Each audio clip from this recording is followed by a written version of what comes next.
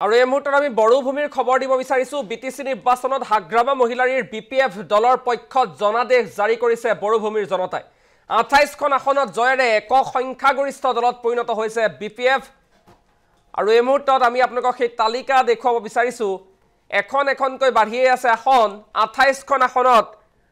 ইতিমধ্যে জয়লাভ কৰিছে হাগ্ৰামা মহিলাৰীৰ বিপিএফ বিজেপিয়ে লাভ কৰিলে 5খন আসন খাতাই খুলিব নোৱাৰিলে বিৰোধী কংগ্ৰেছে বিটিসিত বিপিএফৰ জয়ধ্বজা 28খন আসনত জয় হৈছে বিপিএফ ইয়াৰ পূৰ্বে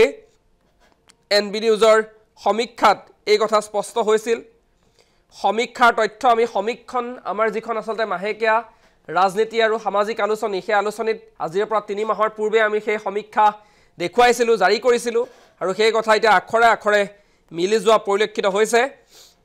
আৰু ইতিমধ্যে বিটিসি নিৰ্বাচনৰ শেহতীয়া প্ৰতিটো খবৰ আমি আপোনাক জনাবলৈ চেষ্টা কৰিছো ভাৰতীয় জনতা পাৰ্টি বিজেপিয়ে 5খন আসন লাভ কৰাৰ বিপৰীতে বড়োলেণ্ড পিপলছ ফ্ৰণ্ট অৰ্থাৎ বিপিএফ হাগ্ৰামা মহিলাৰ বিপিএফে 28খন আসন লাভ কৰিবলৈ সক্ষম হৈছে আৰু united people's party liberal UPPL Pramod বড়োৰ ইউপিপিএলে মাত্ৰ 7খন আসনতে থমকি ৰব লগা হ'ল ইউপিপিএলে 7খন বিজেপিয়ে 5খন আৰু বড়োলেণ্ড পিপলছ ফ্ৰণ্ট অৰ্থাৎ বিপিএফে 28খন আসন দখল কৰিবলৈ সক্ষম হৈছে আৰু 5টা বছৰ অৰ্থাৎ এটা কাৰ্যকালৰ বাবে বিৰোধী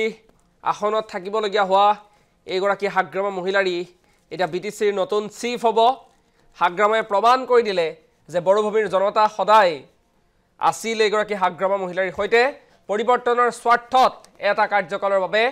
বিপিএফক ৰাইজে গাদিচ্যুত কৰিছিল কিন্তু বিপিএফৰ দৰে ইউপিপিএলে জনতাৰ মন মগজুত সোমাব নোৱাৰিলে আৰু সেইবাবেই এইবাৰৰ নিৰ্বাচনত বিটিসিত দেখিবলৈ পোৱা গ'ল হাগ্ৰামা মহিলাৰীৰ মেজিক নিৰংকুশ সংখ্যাগৰিষ্ঠতা ইতিমধ্যে লাভ কৰিছে মেজিক নম্বৰৰো বহু দূৰলৈকে অতিক্ৰমী হৈছে হাগ্ৰামা মহিলাৰীৰ বিপিএফ আৰু 28খনকৈ আসন দখলৰে অকলেই বিটিসিত চৰকাৰ গঠন কৰিব হাগ্ৰামা মহিলাৰীৰ বিপিএফে কেইবাজনো জয়ী প্ৰাৰ্থীৰ প্ৰতিক্ৰিয়া আছে আমি শুনাব বিচাৰিছো নে মোৰ আত্মবিশ্বাস এটা আছিলে আৰম্ভণিৰ পৰা আৰু আপোনালোকক কেইবাটাও সময়ত বাইট দিছোঁ এইবাৰ ৰাইজে বিপিএফৰ চৰকাৰ বিচাৰিছে ৰাইজ স্বতঃস্ফূৰ্ত ওলাই আহি পেলাই সহায় কৰিলে কৰ্মকৰ্তাসকলে ঢেৰ কষ্ট কৰিলে দিনে নিশাই গতিকে মই সকলো কৰ্মকৰ্তাক ধন্যবাদ জনাইছোঁ একদম মানে ছুপাৰ পৰা প্ৰাইমাৰী আৰু তাৰ লগতে গৰেশ্বৰবাসী ভোটাৰ ৰাইজক মই অশেষ ধন্যবাদ জনাইছোঁ পুনৰ বিপিএফৰ সুদিন ঘূৰিয়া দেখা গৈছে মেজৰিটি ভোট লাভ কৰিছে গোৰেশ্বৰ শুক্লাই বিজেপি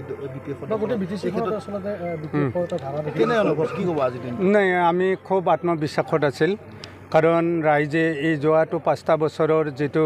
মানে দুৰ্বল মানে শাসন ব্যৱস্থা ইউপিপিএল দলৰ তাক প্ৰত্যাখ্যান কৰি পেলাই ৰাইজে বিপিএফৰ চৰকাৰ এখন বিচাৰিছিল আৰু সেইটোকে ৰাইজে এটা জনমত দিলে সেইটোৱে যোৱা 5টা বছৰত মানে গোৰেশ্বৰ পৰিষদীয় সমষ্টিত কাম গাঁৱে ভূঞে ৰাস্তা পদূলিৰ কাম আছে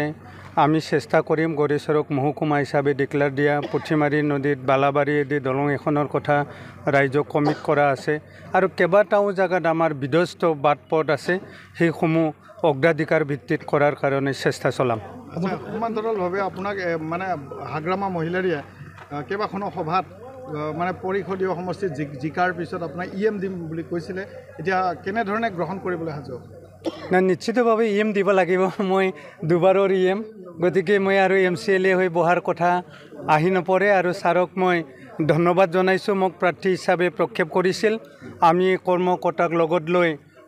অশেষ চেষ্টা কৰি